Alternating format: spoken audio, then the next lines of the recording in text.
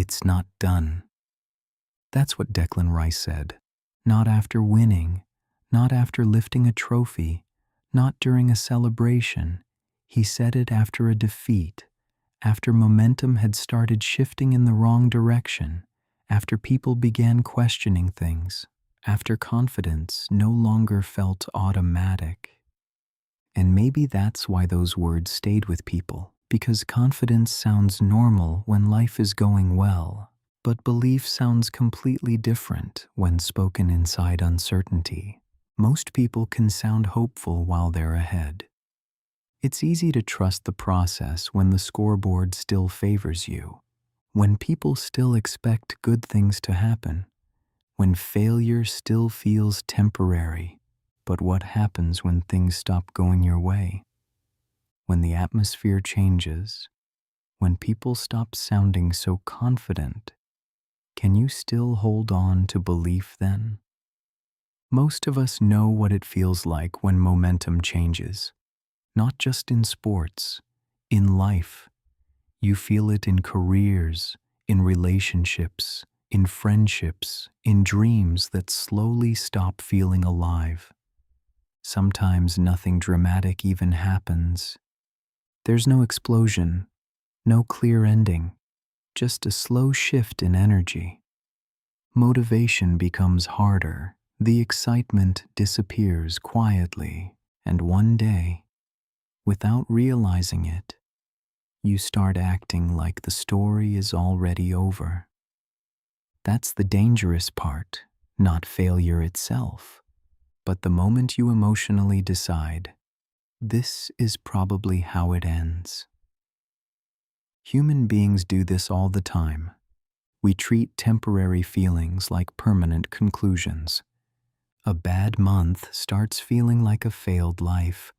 One rejection starts sounding like proof. One exhausting season suddenly becomes, maybe I'm just not meant for this. And the strange thing is, most endings don't actually arrive all at once. They arrive slowly, first through doubt, then through exhaustion, then through silence. Eventually, people stop trying with full energy, not because they truly lost, but because they became convinced the outcome was already decided. That's why those words mattered. It's not done. Not because they guaranteed success, but because they refused to surrender early. There's a quiet difference between realism and emotional resignation, and honestly, most people confuse the two. Sometimes life genuinely becomes difficult. Sometimes momentum really does shift. Sometimes things fall apart.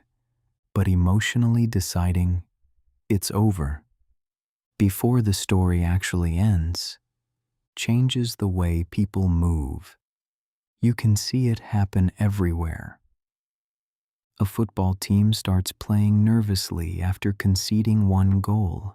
An exhausted employee stops putting care into their work because they already assume nothing will improve. Someone stops opening up emotionally because they think relationships always disappoint them anyway.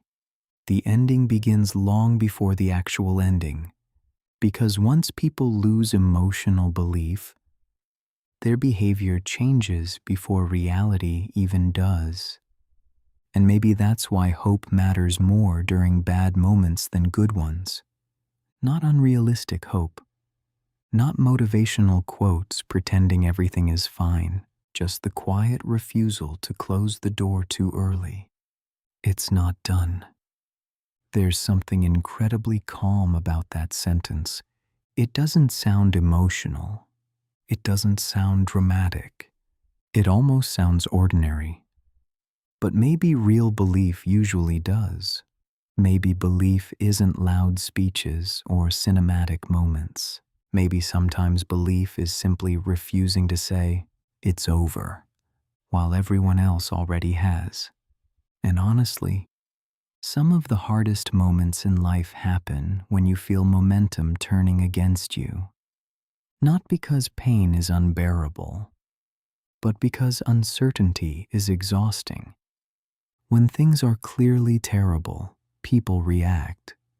But when things become uncertain, people slowly drain themselves trying to predict the future. You start reading signs into everything: a bad week, one mistake, one awkward conversation, and the human mind begins building endings that haven't actually happened yet.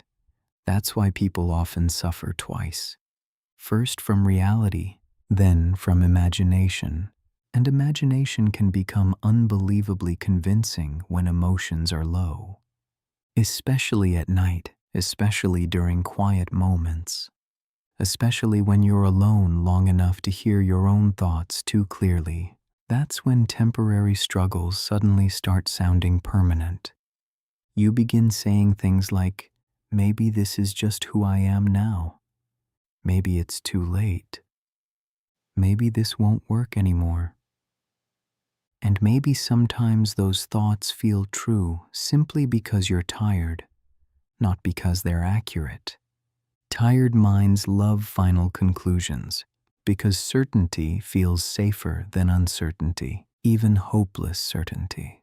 But life keeps surprising people in strange ways.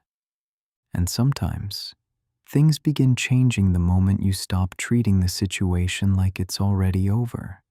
The moment you allow yourself to believe again. The moment you stop calling it the ending while life is still moving. Momentum changes again. Conversations happen. Confidence returns slowly. Things reconnect. New opportunities appear quietly. And sometimes, the moment you thought was the ending was only the emotional middle of the story. That's the strange thing about human beings. We keep trying to predict the final chapter while still standing halfway through the book. Maybe that's why some moments in sports feel so emotional to people, because they mirror life in a condensed form. The pressure, the fear, the collapse in confidence, the desperate need to believe before proof arrives. People aren't just watching football. Sometimes they're watching emotional resilience. They're watching human beings try not to mentally disappear after failure. And maybe that's why simple sentences can become unforgettable. Not because the words themselves are extraordinary, but because of when they were spoken. It's not done. Not during comfort.